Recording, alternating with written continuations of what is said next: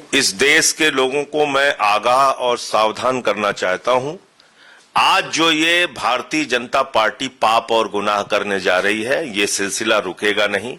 आगे गुरुद्वारों की जमीनें कब्जा करने का बिल आएगा, फिर चर्चों की जमीनें कब्जा करने का बिल आएगा, फिर मंदिरों की जमीनें कब्जा करने का बिल आएगा, फिर बौद्धों की जमीनें कब्जा करने का बिल आएगा और सारी जमीनें कब्जा करके नरेंद्र मोदी जी अपने दोस्तों को देने जा रहे हैं।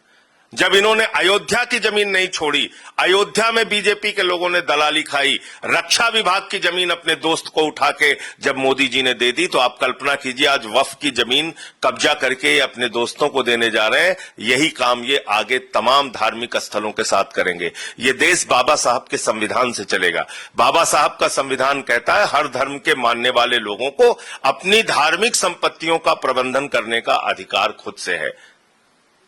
आप इसमें एक ऐसा बिल लेके आ रहे हैं जिसमें झगड़े लड़ाई के अलावा कुछ नहीं है। आपने खुद कहा है कि 100% संपत्तियां डिजिटाइज हो चुकी हैं। सुप्रीम कोर्ट में आपने एफिडेविट दिया है कि 100% संपत्तियां 99% संपत्तियां डिजिटाइज हो चुकी हैं। तो जब सारी संपत्तियां वामसी पोर्टल पे ऑनलाइन हो चुकी है, तुम मान चुके हो कि सारे कागजात है, फिर तुम कह रहे हो 6 महीने में सारे कागजात लाओ। जो वर्षों से पंजीकृत हैं स्टेट बोर्ड में, और तुम्हारी ही सरकार 10 साल से है। यह प्रोसेस शुरू हुआ 13 के बाद डिजिटाइज होने का। तुम्हारी ही सरकार केंद्र में है, तुम्हारी ही सरकार राज्यों में है। अब दोबारा झगड़ा कराने के लिए तुम ये बिल लेके आ रहे हो। सर, आप जेपीसी में थे, आपको मुख्य आपत्ति किन बिंदुओं पर है? बहुत सारी बिंदु हैं इसमें, बहुत सारे बिंदु इसमें लिख रहे हैं 5 साल तक प्रैक्टिसिंग मुस्लिम होना चाहिए, तभी वो दान कर सकता है।